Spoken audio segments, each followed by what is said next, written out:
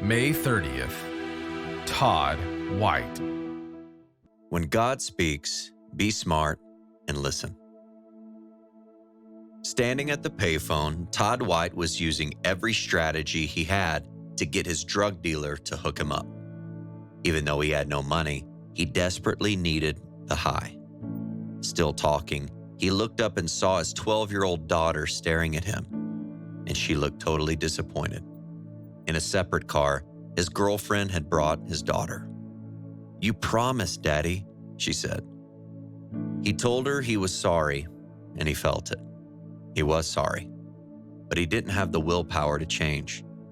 He turned away from her and asked his dealer again if he would give him the drugs up front. Todd would pay later. Todd was desperate. He considered himself a Christian, or at least he felt he was, because 5 months before, he had prayed the prayer of repentance. But Todd still dominated everything in Todd's life. Nothing in his life had really changed.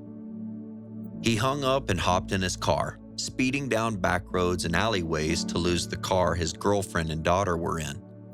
He didn't want them to see what he was going to do next. In an alley, Todd stopped and picked up a kid from New York City who had the goods he needed. As the kid, no older than 15, got in, Todd turned on him and impersonated a cop.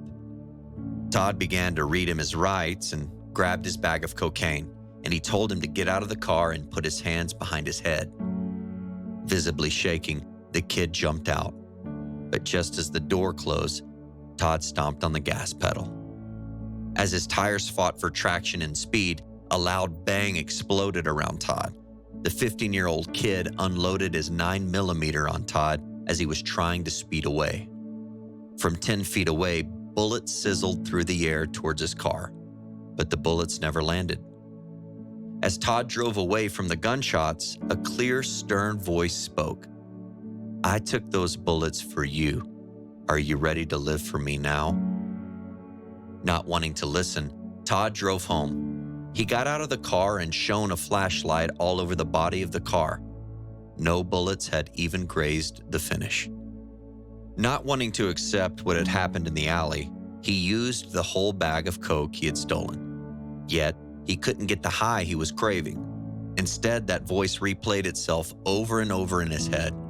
It wasn't leaving. Todd knew God was real. Morning dawned, and something had changed. He drove to the same church he had been to 5 months before and found the pastor who had first told him about Jesus Christ. Todd talked to him openly, and the pastor suggested intensive rehab. From that moment on, his life changed. He gave every part of himself and his life over to be stewarded by Jesus. There was no plan B. This was it. And the more he dove into Jesus, he knew this wasn't something to keep to himself, and he began to teach others. Now he ministers to thousands who need Jesus. He helps those who want deeper intimacy with Jesus through his ministry school, Power and Love. He prays for everyone he meets. No one is excluded from God's family. And he dives into the Bible every day to stay grounded in what truth looks like. God wanted the whole book, not just a chapter. Lamentations 3:58 says, "Lord, you have come to my defense. You have redeemed my life." As God speaks to you today, what is he saying? When God speaks, be smart and listen.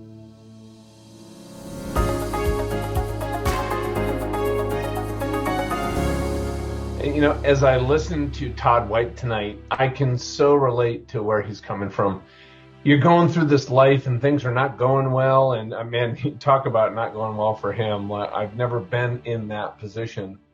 But I remember those times just crying out to God, like, Lord, just tell me what to do.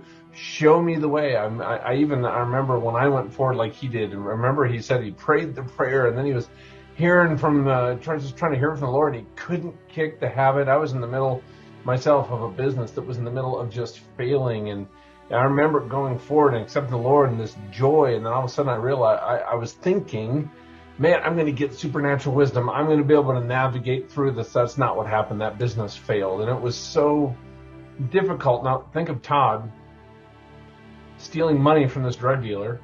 The guy gets out of his car. He's literally, think about it, a couple feet away.